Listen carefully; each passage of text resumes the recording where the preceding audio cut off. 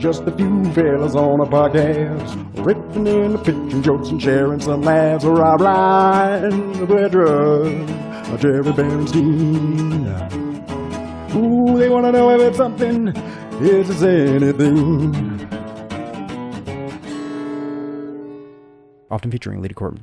Oh, yeah, I switched back to the AirPods. Let me see. Okay, how about this? Still a little hot. Yeah, I have not noticed a change. How about this? It's exactly the same. Really? No, I am. Really? No. No, I cut the volume in half. How about now? Exactly the same. I literally shut the input volume off. Then that means it's not drawing from that source. Or we're lying to you, Steve. We're just guessing what you're saying. That is much more likely. This is a Patreon episode where we gaslight Steve Hofstetter. Okay. Is this anything? Streaming live on Twitch with special guest Steve Hofstetter. Woo! Yay.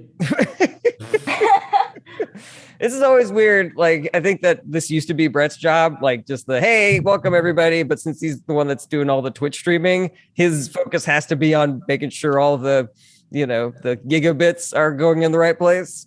And so now there's just a power vacuum for who's going to say hi to our guest.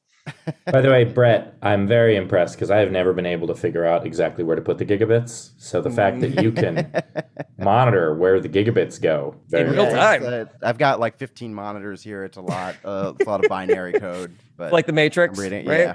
All right. Well, welcome to the show. We just did a little bit of a catch up. Steve, how you doing, man? What's going on? Yeah, how's tour been for you? What's the latest? I haven't seen. The only one here I haven't seen recently is Brett. You guys know exactly how tour is.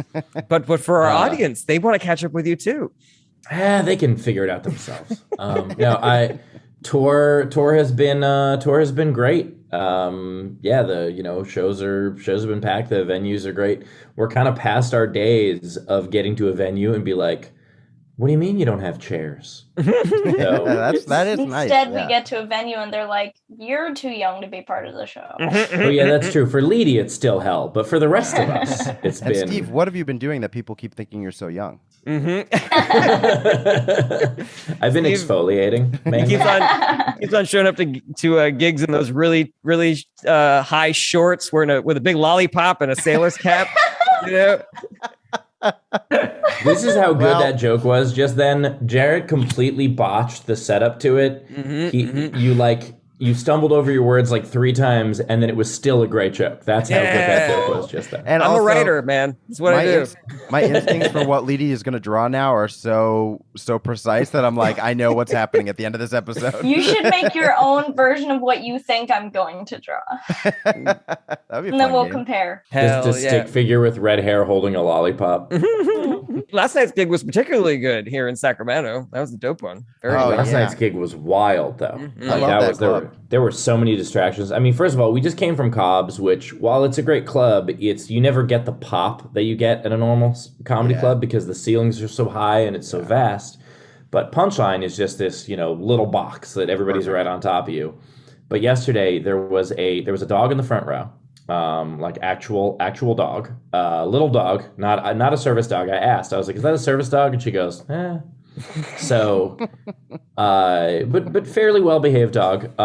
There was a biker convention in the parking lot of the mall, which we could just hear them revving their bikes to, prove how manly they are the entire show. And then there was a giant moth that the crowd kept trying to catch, which was weird because like during a joke you would just say, but it wasn't an applause break; it was a moth break, and then there was also someone's phone in the front row, went off. That is. I think this is the first time I've ever done it where I've taken the phone and talked to the person. And the squirrel laugh lady. Oh right, and of all that didn't even register. The dolphin was back from last year. Half of that sounds like it was an outdoor show. That's like the most outdoor show I've ever felt heard. like one. Motorcycles, moths, dog, yeah, dog, yeah, and the staple of an outdoor show, a dolphin. Yeah. Which, to be clear, it's a woman in the audience who had like a laugh that sounded very dolphin-like. Is that an accurate? Because I didn't inquire. I didn't inquire. I just heard it, so I don't know. Is that the story about the laugh? Well, yeah, she was just there last time. It's just something she's always had, and she's actually really embarrassed about it. So I feel really bad for We her. but- should not have joked about it so much on stage. Yeah, I feel well, bad. but it's so hard to miss, and she came 2 years in a row. I mean, if it happened last time, it's gonna happen again. Yeah, and like Sure. there was a. I remember there was a. I think I was the one who called her maybe Squirrel Lady. I forget, but Yeah. I definitely riffed on it. And then Andrew riffed on it, and then Steve riffed on it, and then Leedy did a drawing of it. So like the idea that. I mean, I'm glad she still comes because it's fun, you know. It's not like it's the best heckle you could possibly have is somebody having a great time so much that it's hard to ignore. She was also laughing while we talked about it. So like Right. I think unless that's also how she cries, and then that's very sad. Well, at least she's laughing still. No, these are my sad squeaks. My sad squeak. That was I Very can't sad fully squeak. take credit. I can't fully take credit for that. That's there was an SNL sketch when Superman died, and they had the penguin at the funeral. And he was going wah wah wah, and then he explained that that's also how he cries. So I can't. But you can fully take credit because that's a different joke. Yeah, that's All right, that's all a right. lo- Agree with that's a Lee. long enough stretch there. Or I think you can All take right. ownership. I just feel bad taking someone else's joke. I saw Brett took his own joke earlier. That's right. Oh, I yeah. did. I posted. It's so funny. That's great. So it happened early in the morning that the joke started to get momentum, and I thought about just at the end when I was posting the joke, putting in myself in front of the meme just in case. But I was like, you know what? I posted this joke 7-8 years ago. It went viral then. Like, who's even? I know a ton of people saw it without my name on it, but you know, like I've done enough to advocate for myself and make it known. I've gotten so many of those uncredited versions taken down. Like, who's even going to remember or accuse me of stealing my own joke? And then, of course, it was like the first comment was somebody going, "Oh, you stole this joke from a meme." I can't remember the guy's name, but it's definitely not you. And then because I was ready, I like went through it. I had the green screen video already, so I just responded with it. And I was like, I already know how to do this effect. It's great. I just woke up, you know, because I couldn't sleep, and then I was like, I looked at my phone. I was like, oh, perfect. I don't even have to figure out how the best way to do this is. Awesome. Well, Well I done. have that. I still have that happen with the dog shitting story because that first went viral on Reddit before I did it in my act, Right. and people constantly say that I took it from Reddit, and I'm like, my name is on the Reddit post. Yeah, Like, it's so funny. Yeah, It's so like this guy, the actual post, because I wanted to see what spawned this. I saw your post about it, and yeah, his I mean, he could not have teed up a better comment of like, I know I'm right. I didn't do my research, but it's someone else. I like he admits me like I don't know who the guy was, but you definitely stole it. I'm like, But it it's never not crossed you. your mind even for an instant that Yeah. this comedian came up with the funny joke. It's so I don't know who the guy was. He had a name, something with a B and a D. I don't quite remember what it was, but I think it might have been Brad Druck. Brett Druck. Yeah, it was remember. Brett. You stole that from Brett Druck, Brett. I remember because I stole this joke from someone and it wasn't you. So And he does have like 3 or 4 comments of like, because before I even got to it, somebody else was like, it was this guy. You know, I saw it, which is that was very nice. But he has like 3 or 4 comments of just still like, no, I'm holding on to this idea. He's like, all right, I get the comedians reuse the joke, but the delivery, I'm telling you, the delivery was way better the first time I heard it, and then slowly backpedaling until he's like, I'm sorry, I don't know why I said this. Brett, do you realize that he delivered it from reading it in his mind better than you do on video? That's tough. I would actually say it's easiest because I would think that people would read it in the funniest way possible to them. But I definitely, it's funny that I do deliver the joke slightly different than I used to. There is video of it, so it's possible that he saw it, but I think it's delivered a little bit better now, the way that I deliver it. And but maybe he genuinely saw the video and was like, no, I like the old way that you told it. Bad audio and one less punchline. I enjoy the idea that you're like, I tell it different now. It's better now. Or it's like, I tell it different now. I made it worse. Oh. wait a minute. I know it wasn't you. The guy who said the joke originally was like 8 years younger. Like It also something like that. it's vindication for me where I'm like, should I be still doing this joke? Like I'm selling merch with it. It's like it's an old joke. I feel that way about a lot of my jokes that they just keep working, and I'm like, and they're harder for me to write my style of joke in such frequency. And I'm like, sometimes I feel bad, but then like the fact that there are still people who know the joke but don't know that it's me. I'm like, okay, I'm okay to advocate for this joke for the rest of my life. Yeah, it's your joke. Brett Druck's joke. Yeah. All right. By the way, I have anybody this great new bit I'm doing about chivalry. else? Ooh. How's it go? I like it. Can you make it into a meme so I can understand it? I don't know. Let me read it. I'll see if I can deliver it correctly. Can you put it in the chat? Wait, hold on a second. Can we talk about? See, he called it a meme, right? Yes. Which I guess I don't know. Maybe it technically is a meme because it was in that format, but it was also a meme of stand-up. Yeah, it was a meme. No, you didn't take a meme of like a grumpy cat and like made stand-up of that. You know, it was my face 9 times with my name on it. Mm-hmm. I mean, and it was video of me performing the joke. There was screenshots from that. So I guess it is the definition of a meme. But when it gets to that viral, level, then I think it automatically becomes a meme if it's text over a picture. Mm-hmm. Well, I got someone took my helicopter joke and they basically took it, phrased it a little worse, and then put it over a picture of some kids screaming and didn't attribute it to me. And then that went viral. See, that's a meme. And it's also a mean, very mean, Very mean. and then I got the craziest thing about like IP on the web is like I went after the guy and just being like, hey man, don't steal my stuff. There's no it took you so much more effort to change this than to just repost my version of it, which had already gone viral. And then a bunch of people in the comments came at me about like, oh, it's just the internet. What's the big deal? I'm like, oh, it's defense. It's just the method of conveyance that most people in the world use. It's just the biggest thing there is. Who cares? By the way, IP meaning intellectual property. Steve does not pee on the web because it sounded a little bit like you said. Strangest thing about IP on the web. Yeah, I mean that's a separate thing. Are we doing plugs? We can all admit. I'll cut that out. Don't worry, Steve. I'll cut that out. Are we doing plugs? Because it's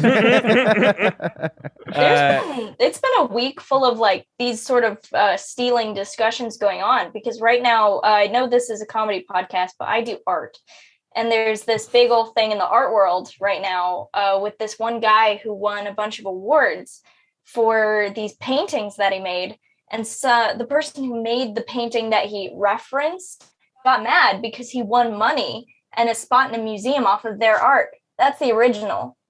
That's his. Oh, wow. Yeah. Holy moly. What did he really change? First of all, those are completely different. They're facing different ways. But also, I love, Leedy, I love when you're just like, I know we're talking about comedy, but I do art. I meant that more of a self-deprecating thing. Like, I don't know what the fuck I'm talking about here, but here's my thing. Very closely related, especially in regards to intellectual property and plagiarism. Well, because he claimed that because it was posted on the internet, he can use it as reference material. And he's done this to several other people. That one's not even hidden.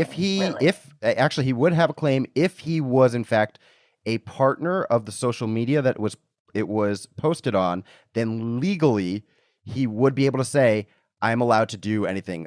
I doubt that he is, but that was how most social media platforms got out of not clamping down on plagiarism and copyright. Is they changed the term of service to say anything that is posted on our platform, we are legally allowed to reuse in any way that we want with us or our partners. So they could call anybody a partner. And that way they were no longer liable for the people who were, because if somebody posts your joke or your intellectual property in some way, they're actually not legally responsible. It's the platform that's legally responsible. So instead of, cutting down on this stuff, they instead were like, well, we'll just make it so that it can run wild and then nobody is except for the artist being stolen from is going to be screwed over. Now, Brett, is this also true if you pee on the web? Yeah. Yes. As soon as you pee on the web and it's considered published, technically it is protected by U.S. copyright law. I'd love to do the rest of the episode, but I gotta call my lawyer. He's the guy I peed on. Anyways. And we gotta call that one guest that we had that one time. Mm-hmm. Do you remember the one who started off the podcast peeing? He's famous. Oh, yeah. I remember. Do anybody else have anything for the catch-up? Or Oh, I should we get just to wanted to these also jokes? point out, I think part of the reason the flames of this discussion are being stoked is because Elon Musk tweeted a screenshot from somebody's comedy website, their satire website, and cut off their name. And then when they said, hey, please, they responded, if you stop cutting off our names, we will give you a horse. And he responded really shittily by being like, oh, like, you know, it's basically like it's public domain because it's on the internet. It was basically his defense. And then he deleted the tweet. And I think because it would put him in legal hot water to be like, I am posting something that I know is not my intellectual property on the platform that I now own. In my own terms of service, this puts me at risk. Seriously, fuck that guy. All right, done. We're done with you, Elon. Go to hell, man. I actually had a very weird one this week where my gun control video, Questlove posted it on Instagram. Ooh. Which, like, on one hand, that's amazing, and then that led to a bunch of other really big people posting it. But the version that Questlove posted, whether he did it or whether he saw someone else do it, my name was on the thumbnail for it still, but it was cut off the rest of the video. Ooh. And he didn't tag me in it, which was weird. Quest hate. Yeah. And so on one hand, he's got 2.5 million followers, and a lot of people did realize it was me. And also because it was a gun control thing, he shut off the comments. Like usually when someone does that, the comments are just littered with people going, "Hey, this is Steve Hofstetter's video," and they'll tag me. But it was very bizarre because on one hand, I was like, "Hey, thanks for sharing this. That's really cool that someone who I respect as an artist respects my work." But also, like, could you have at least and in his timeline, like if you look at his main page, you can see the thumbnail, so you see my name. It's just the only reason people knew it was me. But like Seth Green posted it. I think you have reached a level of renown and SEO that people, no matter what, at some point, there'll be at least a large handful of people who will be like, "Oh, that's Steve." Well, I appreciate that, but like Seth Green posted it, and like I don't think he knows me offhand, but he tagged me in his post. Oh, that's and cool. I just want to be like, "Hey, Questlove, hey, fellow artist, would you just maybe be?" I also get the feeling that celebrities at a certain level now are not really running their own social media. Like they have people who do it regularly, and then so it's like you're not always like I see Snoop Dogg posting memes. And I'm like, I don't think Snoop Dogg has enough time to go through all these memes or all these videos to repost. He smokes a lot. You know, that feels like a weed person activity. Hard, hey, Steve, why don't you post a Questlove song, but don't give him credit? Steve, are you worried? Want to see my new joint? Steve, are you worried that the next time you do that joke live, someone's going to be like, "You stole that from Questlove"? Yes, absolutely. All right. Anything else for the catch up, y'all? Or should we get to some bits? Bits. I don't know that we have been broadcasting audio. Oh no! All right, you were supposed to be looking at the gigabits. Well, while Brett is figuring this out, put in your guess for the order this week, everybody. Put in your guess for the order. What do you think the order is going to be? It could be a number of orders. There has been no audio for the past 17 minutes. Sorry, everybody.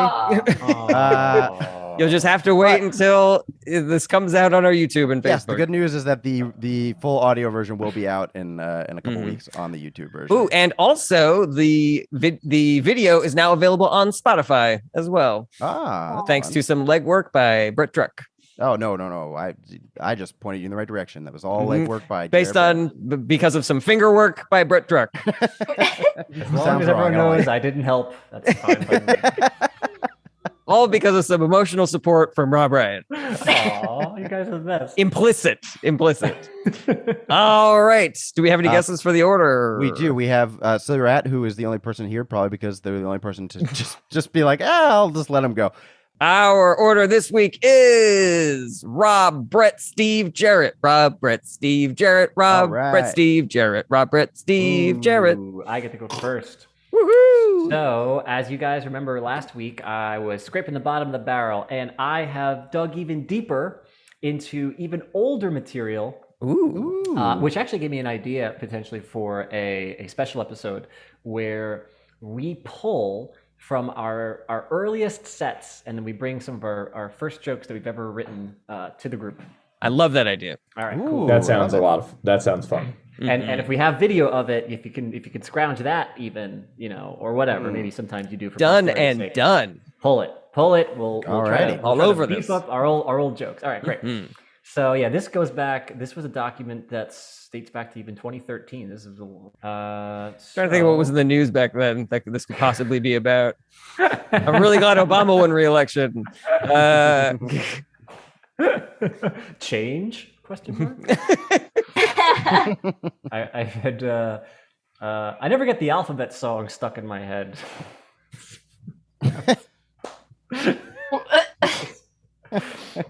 Just the stupid thing I wrote down. Well, now it is. I like it. What about I never get the alphabet song stuck in my head, but I do get Twinkle Twinkle Little Star, which is weird Ooh, because it's the same melody. I like that too. But I do get alphabet stuck in my teeth.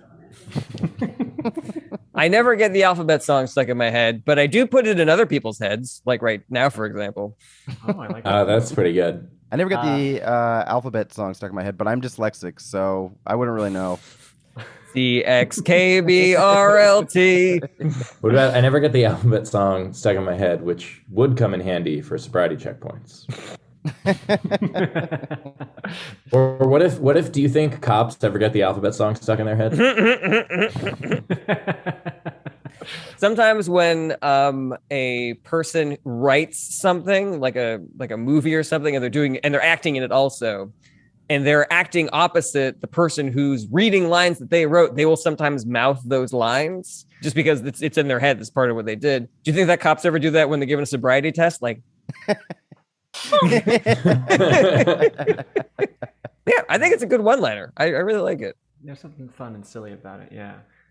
There were other things that I thought about, like getting stuck in your head, or just like memories, like an arrow. Yeah, or that like weird songs to get stuck in your like if you had like death metal, like that's a weird genre. That you're just sitting there just like or oh yeah, it was also like whatever happens with like if you're like a death metal fan but you can't quite recall a death metal song, and you're like, I love it.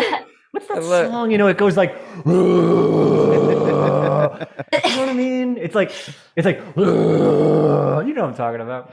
I like the idea of two death metal fans going back and forth about like, is it like, oh, or is it like, oh? Yeah. And it's like, I love Satan.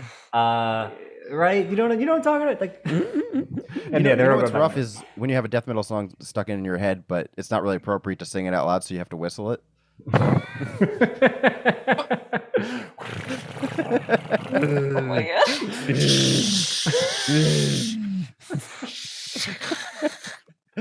What are you whistling? Oh, it's a death metal song. What if there was like a guy who's like the like death metal producer, and he's going through like crazy writer's block, and then just one day he wakes up because he's like, I've got it, and he goes over to the music paper and he starts writing, and then all you see is just like scratches and like skulls, and he hands it to Metallica and they're like, this is perfect. That new sound you're looking for? I also love the idea that Jarret thinks Metallica is death metal. Okay. When I was a kid, listened to death metal, but I didn't think that any of the bands that I was going to mention would be recognized by the greater society. Yeah, like R.E.M., Blink-182, all the death metal. Look at Jarret once again being obscure. Tina Turner, Dolly Parton, death metal, Andy Williams, okay? Oh my god. No, I didn't know if you guys were going to know Sepultura or Megadeth or Dio. You didn't say Megadeth was? I could have said Megadeth. Do you know how like the level of pretension that is to be like, first of all, I know what death metal music is. I'm certain you didn't know what death metal music was. So I didn't name a band named Megadeth because I didn't think you'd understand. I should have said Megadeth. Note taken. By the way, Crazy, you're crazy. total side note. Kid I went to school with used to he thought he was badass, and he would like like doodle his name in like a badass font. His name was Seth, and he would refer to himself as Mega Seth, and that was the least badass thing possible. It's clever though. I like it. Mega Seth. Yeah. My name is Seth. What if he made like a giant robotic Seth named Mega Seth? My friend. Oh no, it's Mega Seth attacking the villagers. Mega Seth, he's going to 7-Eleven for a slushie. My friend Aaron. Can Mega Seth bring you anything back? My friend Aaron in high school dated a girl named Meredith, and he would call her Megadeth, and she hated it. Yeah. But wait, Brett, I thought you wouldn't have heard of Megadeth. I just got what he was talking about now, why he would do that. You are welcome, everybody. Excuse me while I spoon feed the plebs. You thought this whole time he was just saying that this girl was dead, and it turned out he was referencing a band. That's Yeah. right. Did you say plebs? Plebs. Is it not plebes? It is plebes. I'm fucking up all day today, guys. I'll be here. There's a wasn't sure if 7:30 it was- show and a 9:45. I wasn't sure if it thought was. you were saying plebs as a joke because that is that's like a meme now, right? That's a joke. Is it a Isn't joke? Yeah. I believe it's a Gen Z thing to call someone. I'll a believe pleb. it when Elon Musk tweets it. Do you know what a plebeian is, Leedy? Yeah, but we pronounce it plebeian, right? Oh, I don't. I think either is acceptable. I'm not 100% sure. Of course you don't, Rob. Michael Bublé pronounces it plebeian. I know that because that's the only time I think I've ever heard it pronounced out loud was in his song "Cry Me a River." Michael Pleble. Sorry. Do you mean Michael Bublé? All right. Anything else for Rob, everybody? No, but I hope we were helpful there. That was fun.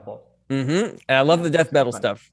Yeah. Yeah, me too. I think that's the strongest of it. Yeah. All righty. Next up, we got a brick drug. All right. Well, this is pertinent for what we were recording earlier. We were discussing some Amber Heard stuff, and Jarret, if you don't know, is in the camp that everybody's mass consensus about Amber Heard is probably off. And it made me think about, but people are like enjoying the memes of Amber Heard being the worst so much. It made me think like during the Salem witch trials, something that people don't talk about is that like if you did believe that these people were witches, the camaraderie that you had was probably just so good. Yeah. That's it. That's the funny thought. Yeah. I was so peaked. I was like, yeah, you're right. That's so silly, but you're right. Here comes the goop. Here comes the goop. Nope.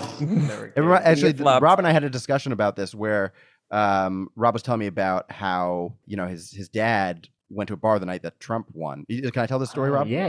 Go for it. Actually, why don't you tell it? Oh well, that's most of it. This was the night that Trump election, and he was a little bit dejected because he kind of knew that my dad voted for Trump, and he kind of knew that he wasn't going to win. So he goes to this like local bar, and he actually like commiserates with this guy who's like next to him. He's like, yeah, election, yeah. He's like, I actually voted for Trump, and the guy was like, yeah, me too. It's probably not gonna happen. And he's like, yeah. And then like slowly but surely he realized like almost everyone at the bar is like them, just some guy of a certain age who voted for Trump and is like, whatever, we lost the social war. And then as the night rolled on, they're like, oh my God, we won. And it was like the weirdest thing for them that they all secretly voted for Trump. And this is like part of the reason why all these polls were wrong and nobody seemed to see it coming, at least not the mainstream media. And that was it. It was just very funny to see him live that. So I would just we start talking about like, as obviously Trump getting elected was awful and worst and the way that it impacted most Democrats was like just the exact opposite of but imagine the feeling that they had in that situation. It must have been incredible. It's like the ultimate underdog. Everybody around you voted for Trump. You're like, nobody's expecting it. I mean, it must have been just great. I think it's probably similar to when like people gather to lynch someone. like society is against it, but they're like, hey, we're just like each other. Yeah, but that's my point. I'm like, probably it's a lot wrong, of and you're in the wrong. But if you don't know that, it's probably awesome. Probably a lot of people in that same bar too. I would say that that's a great analogy, but you would have to assume that the people who were doing the witch hunt were that dejected beforehand, which I don't think that's how witch hunts work, where they're like hanging out at the local pub and they're like, I actually voted to say that Stacy was a witch. And it's like, yeah, me too. I thought Stacy was a witch too, but I don't think anybody else is going to agree with us. So you think Stacy? Hey, guys, real quick, you guys see Stacy? She's speaking in tongues. Everyone thinks she's a witch now. What? She's a witch? No, she's hysterical. She's crying. This is great. But I think what Brett was saying, like there still is the idea that there were probably a couple people who very much believed that these people were witches, and then the other people who were just these losers who were like, if I say she's a witch, can I hang out with you? Mm-hmm. Right. Okay. Like that, the Trump story was just an anecdotal thing because I was like remembering, like, I think that's probably where I locked onto this idea that's very funny to me. Mostly it's just like, yeah, that was awful, but imagine if you were on the awful side. It's probably pretty awesome. That's really what's funny about it to me, is like, and I think obviously Salem witch trials are long enough gone that there might be, that might be a tragedy plus time situation. Mm-hmm. What if there was a guy in the bar with Rob's dad wearing an I'm with her shirt, but just got carried away, with the camaraderie, and everyone's like, he did it. And he's like, yeah, me too. I like this too. I love this idea of, it's the one little like exciting thing that happens in that town. It's almost like a big band coming through, like, hey, there's gonna be a burning in town. Like, what?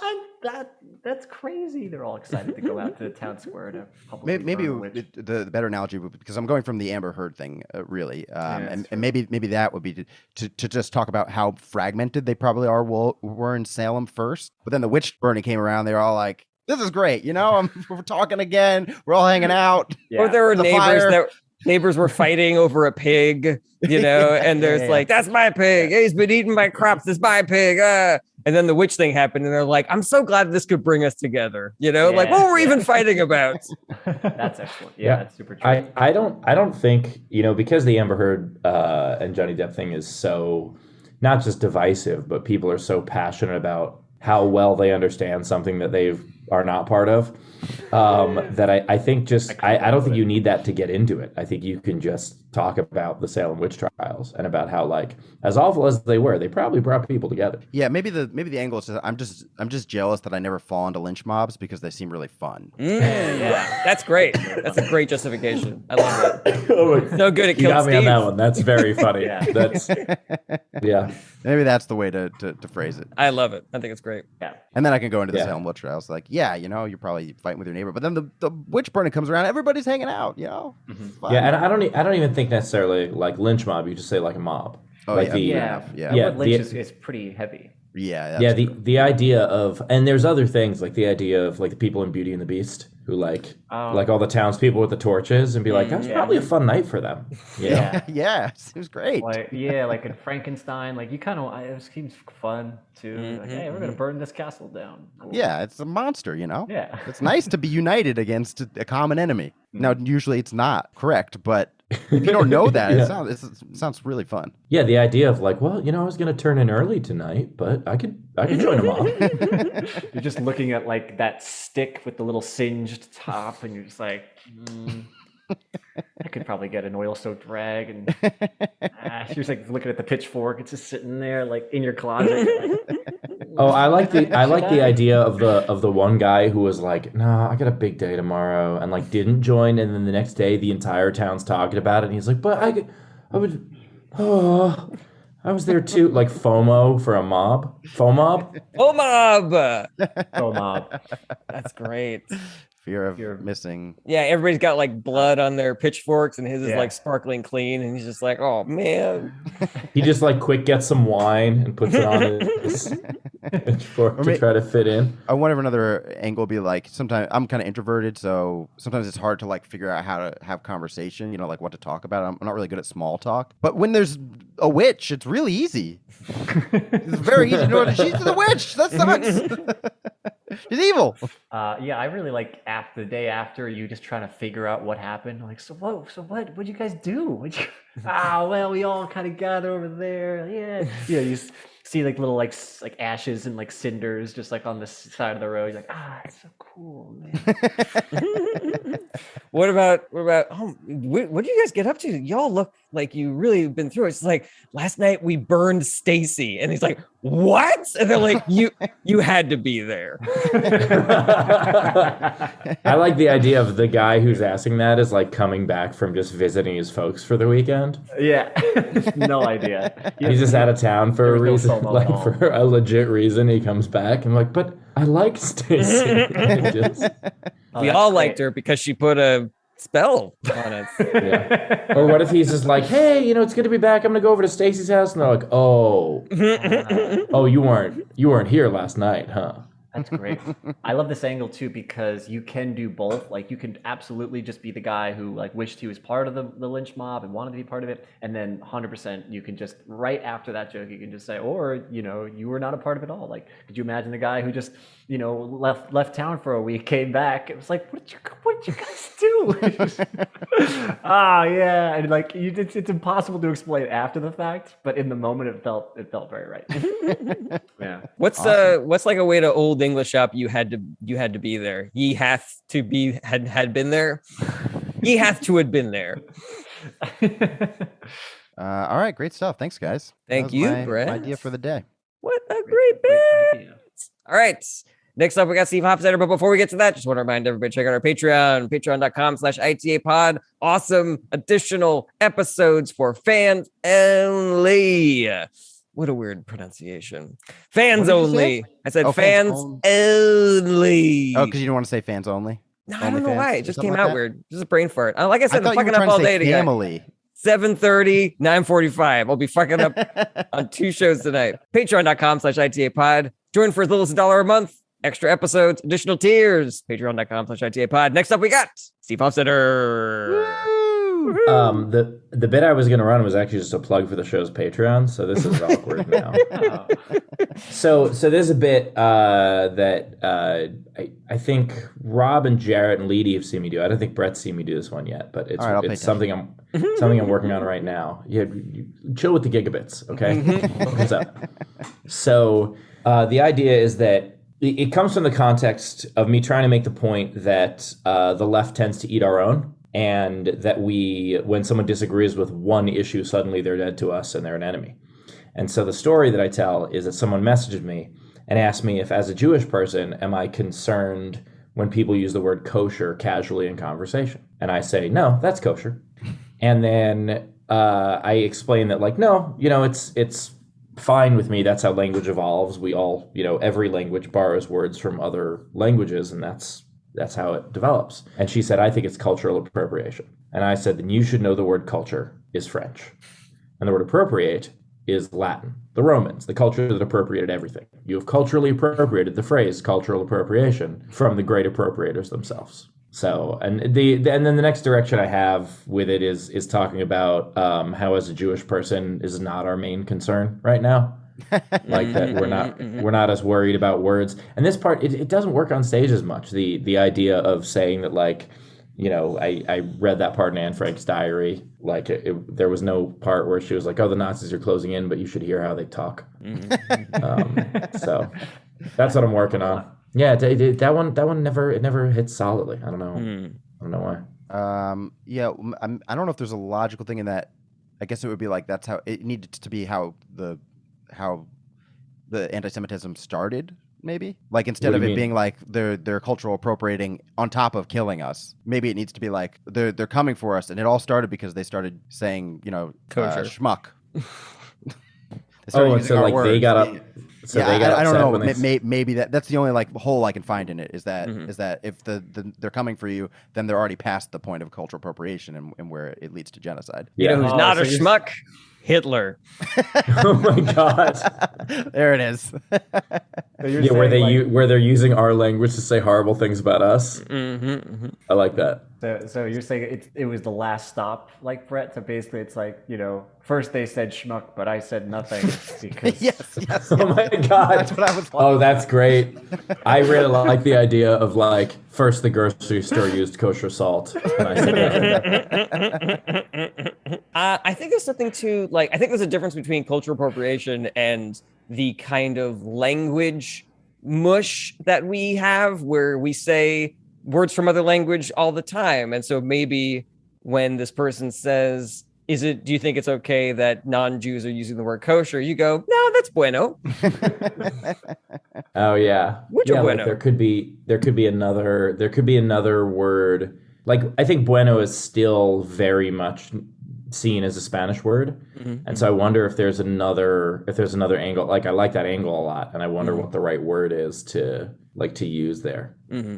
Okay, so now I'm thinking about an angle where you keep on coming up with examples of Yiddish phrases to say this is not what we're not worried about, but this is what we are worried about. So it's like, I'm worried that the Proud Boys want to kill me, not that they have a lot of chutzpah. Oh, that's funny. I'm fearful of goose stepping, not goose schlepping. Oh my god. It's not the words, guys. Or just the idea of like, oh, we got to schlep over to the other side of town and kill the Jews? That's ridiculous. Where'd you just come from? Where'd you just come from? Auschwitz. Whew, that's a schlep. Man, those Jews must be really schwitzing right now. Oh my god. Or what about the idea that by using the word kosher, like how would that lead to somebody doing a shooting in a temple? Would they be like, somebody said it was all kosher, then I went to go look it up, and I was like, you can't have cheese and meat together? Are you fucking kidding me? And then I read more, and then I was like, oh, the Jews are controlling everything, and then I just went on a shooting spree. I get that angle, but I'm worried it would encourage shootings. Like, yeah, none of this makes sense. Some decent angles. Thank you, guys. Yeah, I just keep on going back to the language thing, like how different I think that is from, you know, like a white person with dreadlocks or, you know, a woman wearing. But that's a great angle right there. Like the idea of pointing out her cultural appropriation. Oh, is like there can be something in there about the idea of you are like other things in our culture that are not seen as cultural appropriation that are like other things where, I mean, so much of our clothing has come from other cultures. Like there might be other ways to do that about like what her hairstyle was or what her, you know, I mean, I could go over the top and be like, you're saying this on Cinco de Mayo and dreads, you know, but, or I could go with something a little more realistic about the idea of, you know, like, and I could look it up about, you know, what other fashions came from other cultures, what other Right. If you want to be a little contentious towards Christianity, you could be like, hey, lady, your whole religion appropriated my religion. It's okay. Oh yeah, the idea that be like Christianity, be like the first half of Christianity is cultural appropriated. Or the second half, right? Yeah, Easter. If you do It's anything from with bunnies or chocolate, that's cultural appropriation. Oh no, I see what you're saying. First half, Yeah, the first half of the Bible, Yeah. the Old Testament. Yeah, Yeah. like trust me, we've since for a long time Jews have been comfortable with you taking some of our ideas. Oh yeah, I love that. I love the idea of like if Jews were upset at other people taking their ideas, there wouldn't be an Old Testament. Yeah. Also, it depends on how they're using the word kosher. Like, I don't know how they're using it around this lady, but maybe they're going like, it's all kosher. Oh my God. Then maybe I would have a problem with it. Like, kosher. Yeah. Or they're saying like being Jewish is not kosher. Yeah. Like I would have an issue with it if they're like, get a load of these koshers. This is not the same bit, but I just had this weird idea where it's just like, oh, someone should circumcise their space laser. What? That is not the same bit. That is not really the same funny. as any bit.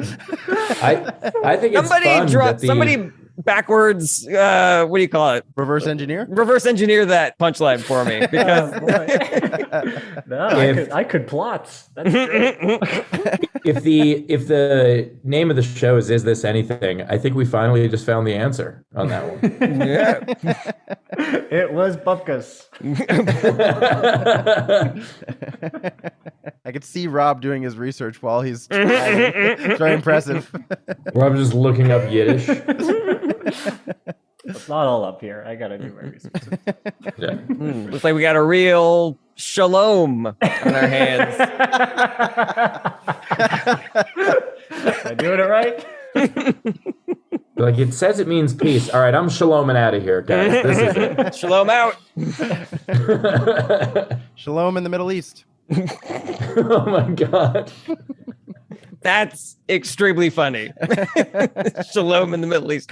Because that could be peace in the Middle East, or it could be Jews should just be all of the Middle East. You know? Or it could just mean hello in the Middle East. Yeah. Yeah, shalom means hello and goodbye and peace. And it's kind of like the Smurf of the Hebrew language. I was gonna say it's a little bit like aloha. But yeah. It's like that Beatles song, Shalom, Shalom. You say shalom, and I say shalom. Just going back a little bit, but hey, we're killing all the Jews in East Germany. Mazel tov! Oh my god. To death! Mazel! They're like, Mazel tov. Be like, no, Molotov. That Hitler is a real mensch. Why do my you Nazis hate the Jews so much? Tradition. No one saw Fiddler besides me. I just sang L'chaim. We saw Fiddler, but tradition's still an English word, Jarret. Yeah, but you don't sing it like that. Tradition. For the first two traditions, I was trying to figure out what Hebrew word you were saying. I was confused. I was like, what? And again, moments before, I did a deeper cut of the same musical. Yeah, but nobody's seen it but Jarret. So what a problem. It's this very obscure musical with a score by Megadeth. What were you going to say, Leedy? I can't hear you. Leedy, you're muted. What did you say, Rob? I didn't hear it at all. I said Yeah, I to didn't hear death, to death. Ah. Oh, I missed that. I completely missed that. I think Steve was laughing. I thought he heard it. I also laughed at Jarrett's joke too, but I didn't realize I was muted, so I was dying and he was getting nothing. Thank you, Leedy. I appreciate that. I can hear you from the closet. Oh, great, good. Like, Leedy, I'm killing in the Leedy, hotel. my people were dying too. So Oh. All right, great bit, Steve. Anything else? Any more meat we want to throw on this bone? Only if there's no milk products. Next up, we got Bad and Cleanup. Jarret. Okay. It feels like we're entering a new relationship with capitalism now, where we are realizing just how little companies give a shit. Like, we knew they didn't give a shit, but we didn't think they gave this little a shit. Like before, if you complained to a company, they would get in touch immediately like, please accept our sincerest apologies. This is not the kind of service we strive for at Horny Taco. And we will do everything in our power to make sure it never happens again. I humbly offer you this 25% coupon, knowing it will never ease the hurt, but maybe it can be a brick in building a new foundation of trust between us. But now if you complain, they're just like, yeah, our food took 45 minutes. Yeah. Well, are you going to do anything? I mean, we're understaffed because we refuse to pay a living wage. Well, I'm not going to shop here anymore. All right, do what you got to do, man. You know, I stopped going to Chipotle because no matter what day I went, it was everybody's first day and they were always out of cheese. All right, that's my idea. Let me know what you guys think. Love it. Very great observation. Very true. Very relatable. I would say the horny taco is a distraction from the joke idea. Well, I wanted to make it like so discordant from like how apologetic and professional they were being. Like, what's a silly named company? And I also didn't want to throw anybody under the bus. I didn't want to be like Del Taco or anything. Well, but I think I think you'll get a laugh just by saying Wendy's because it is such a true observation that like we already are on board because we agree with the observation that it used to be a lot different. So if you say Wendy's, people and then you're doing this gracious thing that we would never hear from a Wendy's, I think that is funnier to me.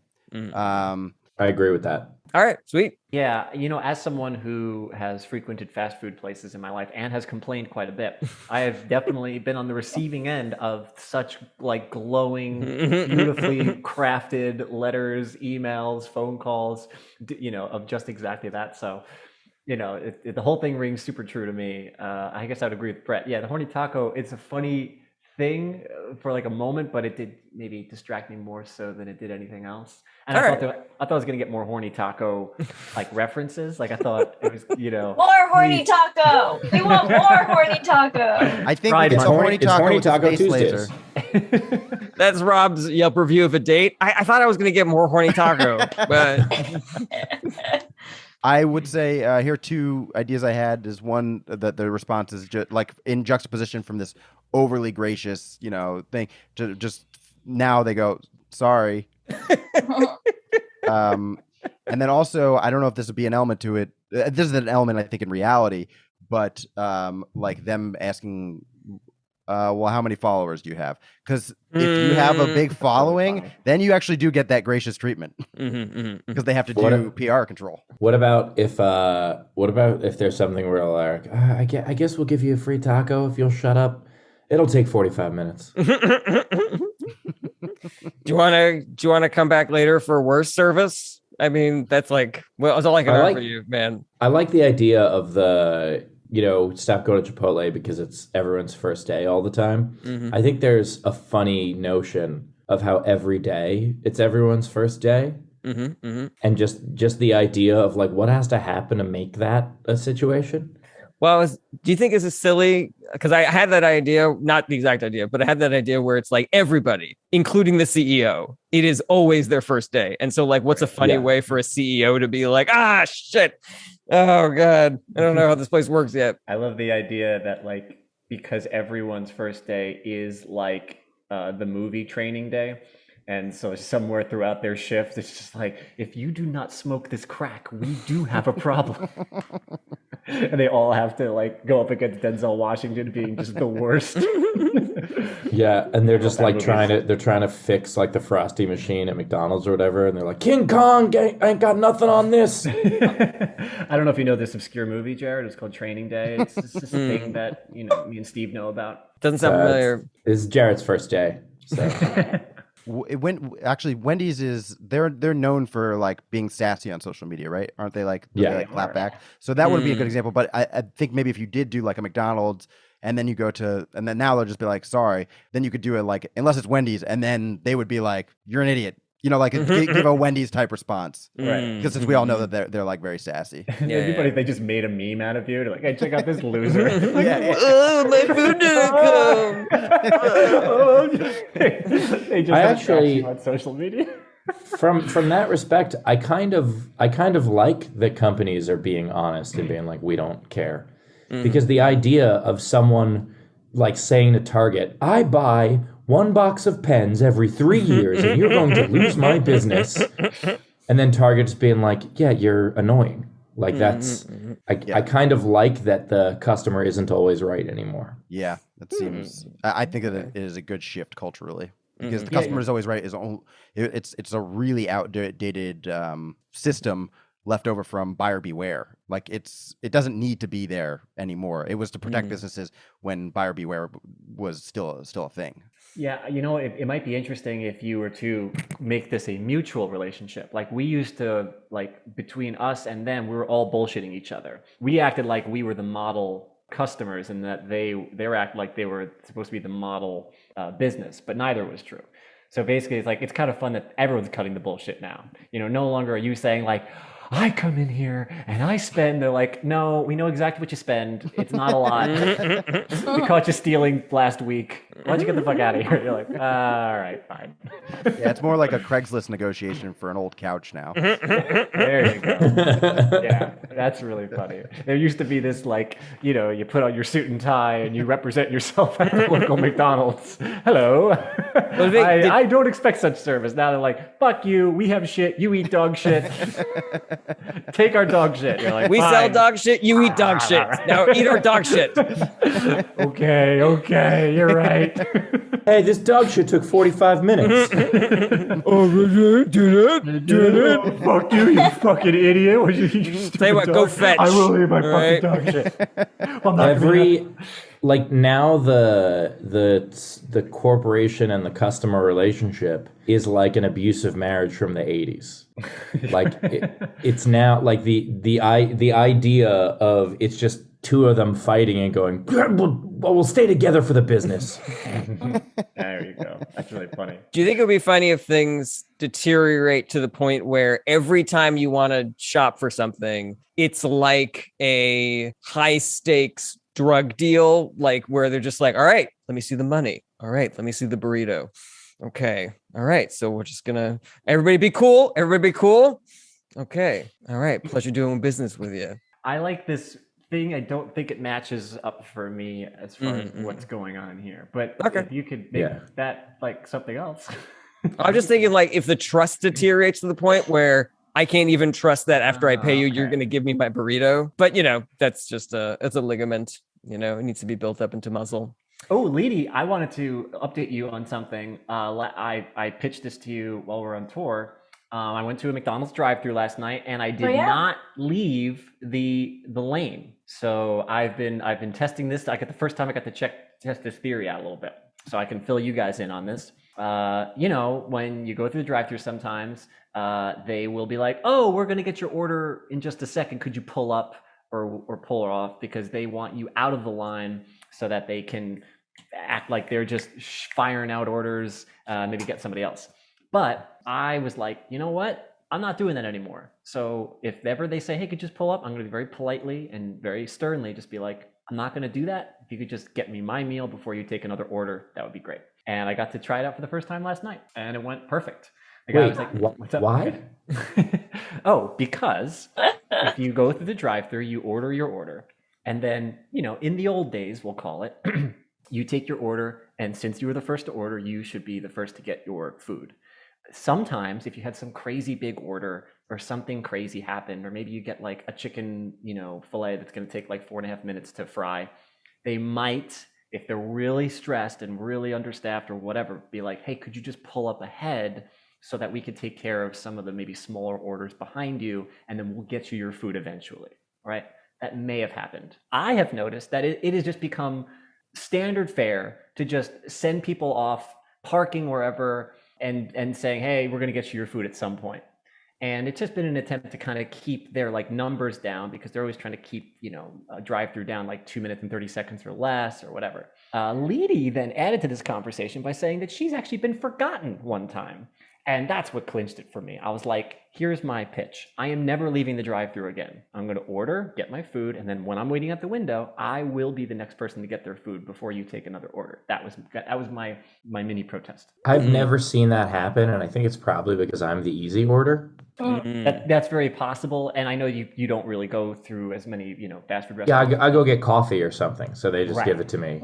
Like Yeah, there's 100%. never, I'm never Well, like, not when can Rob's I in get a front. hamburger? Not But instead of the hamburger, what? Not when Rob's in front of you from now on. Yeah, that's true. You have to wait for 15 hamburgers. I just picture Rob's order as like, hey, can I get a hamburger? But instead of the patty, could you make that with elk, please? I'll wait. And then could you fashion We'll a all wait. straw out of a French fry? Could you just drill a hole in the French fry? You know how the sesame seeds are like in a random pattern? Could you do something, I don't know, I'm a a Taurus. letter? Like a Fibonacci, maybe? Fibonacci You do a sequence. Fibonacci sequence? This is not Fibonacci. This is not Fibonacci. Leedy, did you say I'm a Taurus? I said to Taurus, I was going to say, if you could just make it into the constellation when I was born, that'd be great. I love that. Rob, there was a video going around of this this young woman who got arrested at a McDonald's because they asked her to pull ahead and something went wrong and she got all angry. And she ended up like throwing things at the people working there, and she was yelling, and she ended up assaulting people. And I was like, that's going to be Rob in a bit. I can't wait to see that. Well, not anymore. Now that he's making his protest before it can get to that point. That's great. We'll see. Well, here's how it worked beautifully, because sometimes what will happen is you will pull ahead and the person behind you will get maybe their food or whatever. And I believe that even if it's just a little bit, you have now been pushed to the back burner. You are not a priority anymore, but I am just putting it back. I'm putting this back into reality and saying, you took my order first. Just take your resources, and instead of divesting any of your resources into taking new orders, why don't you just maximize your resources to getting mine complete? And that's it. And you know what? If it doesn't work out and you can't get me the food in time, then you have overextended yourself, and that's okay. Just take a breather. Everything's going to happen. And so that was my thing, and it worked perfectly because the guy came and said, "Oh, you just pull around," and I said, "I'm just going to stay," and he was like. He didn't really know what to say, and he kind of like left. And then I heard the girl, she's like, I need chicken nuggets, I need whatever, and then I heard her say my order. She's like, and I need a McDouble, and I need the McDouble first. And I was like, there you go, that's correct. You do need the McDouble first because I am first. Oh, it was perfect. Nice. That's Yeah. awesome. Very Well, happy. it's a drive-through, not a road trip. So you should only have to drive through. Yeah. Anyway, sorry, I just wanted to. No, that's okay. All right. Anything else for this bit, y'all? No, but I I don't love even it know that- what the bit was that at this the- point. Something about McDonald's. I think it's Something about Rob not waiting for his food. Anyway, it's really Jews. funny. McDonald's. I like that. Tradition. All right. yeah, no, the great bit. I'm excited to see you work that out. Yeah. Thank you, everybody. I particularly like the idea of everyone's first day all the way to the top to the CEO. That's a funny idea. That like each day the company just resets. There's something in there. Groundhog's Day. And nobody's getting paid. Yeah. Yeah, All maybe right. maybe the point of getting when you get to that point of frustration where you stop going to Chipotle, you are like, you know what, this is ridiculous. Every time I come here, it's everybody's first day. You don't have any cheese. Can I talk to your manager? And then you talk to the manager, and they're like, no, I'm sorry, I'm new here. And then you're like, okay, well, you just keep going up until eventually you get to the CEO, and then they're like, it's my first day. And that's when like you're you write okay, an I'm not going here anymore. You write an angry email to the CEO, and they reply back, and they just go, "It's my first day." I go to the general manager and I'm like, your manager told me this is this. And the general manager's like, okay, I think there's like a form I need to fill out or something. I'm sorry, it's my first day. All right. Thanks so much, everybody. You just go to a lawyer, they're like, I just got out of law school. I'm so sorry. And then the judge is like, does anybody know what this gavel's for? Is this- Be like, the judge is like, "Why did they give me a hammer? I don't even understand." I don't know. I like that everybody who shops is more in the know than like, you're just like, no, you just put the, can I do it? That's why they put the self-checkout things now, because we're the only ones who is not our first day. Ooh, that's fun. I like that. All right. Thanks so much, everybody. But I have a line. You get to the CEO. He's like, "Oh, I'm sorry. It's my first day. I'm gonna have to ask my shareholder." All right. Well, now, who wants to sing the Leedy song? Anybody? I will sing the Leedy song because Leedy is gonna show us what she's done today. She has been drawing everything that happened except for some things that she left out. It's Leedy's art time. All right. Amazing. Is the bit that it's a different song every time? Yes. Nope. Okay, I've practiced that. I've rehearsed. I've done it 15 times. The way the song you did, Brett, reminded me of this one Megadeth song. You guys probably haven't heard of it. By the way, It's time for Leedy's drawings. that song was like, "Sorry guys, it's my first day." And if you're watching on the Twitch stream, we didn't steal that from Questlove. All right, here we go. First up, I have. Yeah. Oh, Please nice. let me in. I'm the headliner. Here we've got Steve as a child with big old shorts and a big pink lollipop saying, "Please let me in." Then I've got. Psst. Oh, you meant Google IP. This Wow. is Steve at a urinal turning Great. into an IP address. Thank you. That's actually a It's so different. hard to That's make. internet protocol, not intellectual property. That's another IP. Wow. Very that's Oh my impressive. god, there's so many IPs. IP freely. Yeah, a couple times a day. UP. Mm-hmm. Then I've got Oh, Leedy, you know Death Choke? Wow. Didn't realize you had any death metal bona fides. We have a sheet music for the Leedy invented death metal band Death Choke, and it is just real harsh scribbles. and the key signature is the Metallica. Oh, Ah, nice that's detail. nice. I thought it was in that key. Then I have, last but not least, fans only. Jarret saying fans and then turning into a magician when he says only. I feel that doesn't entirely encapsulate it, but yeah. There's a magician, there's swirly, it's all wavy. I mean, if I think you we heard turned him into the say Monopoly it, you guy. know what it looks like. Yeah. Only. That is Well, it from me. it was an air of what's it called? Just a snootiness. Yeah, and also like a Willy Wonka vibe. I thought it was the Monopoly guy. Yeah, Monopoly guy works, Mr. Peanut, all that shit. Thank you so much, Leedy. People can find you at Leedy Corbin on social media, patreon.com/Leedy Corbin. Steve, thank you for joining us today. Where can people find you other than on Questlove's Instagram page? Yeah, if you want to go on Questlove's Instagram page and comment on his other videos that he should tag me, that would be great. Yeah, do that for Steve. Yeah, just, well, I don't want to start a beef with Questlove, but just at Steve Hofstetter on pretty much all social media. And check out, we're doing a big old Canadian tour. I don't know when this episode goes live from the non-live, but yeah, I'm on tour a bunch. I believe there will still be Canada shows left to go see when this episode airs. Yeah, I appreciate that. Sorry, it's my first day as a guest. So. It should be next Monday, right? Thank you for joining us, Steve. Thanks making for that. Rob and Jarret for giving us a great show. Thank you all for joining us in the chat. Oh, we got one highlighted chat here. We've got from Silly Rat Ambivalence Incorporated. Our love for us is limited. Love it. All right, and Jarret, what are you doing? Outro goes here. all right. Thanks so much for watching. Check back every Monday for new episodes, or you can listen wherever you enjoy podcasts. If you want to help support the show, tell your friends how much you like Is This Anything? Or get involved, like an episode, share, comment, subscribe. If you want more Is This Anything, you gotta join our Patreon at patreon.com/ITAPod. We have a ton of awesome exclusive content on there, and you can join for as little as $1 a month. Check out the links in the description, and hopefully we'll see you next week.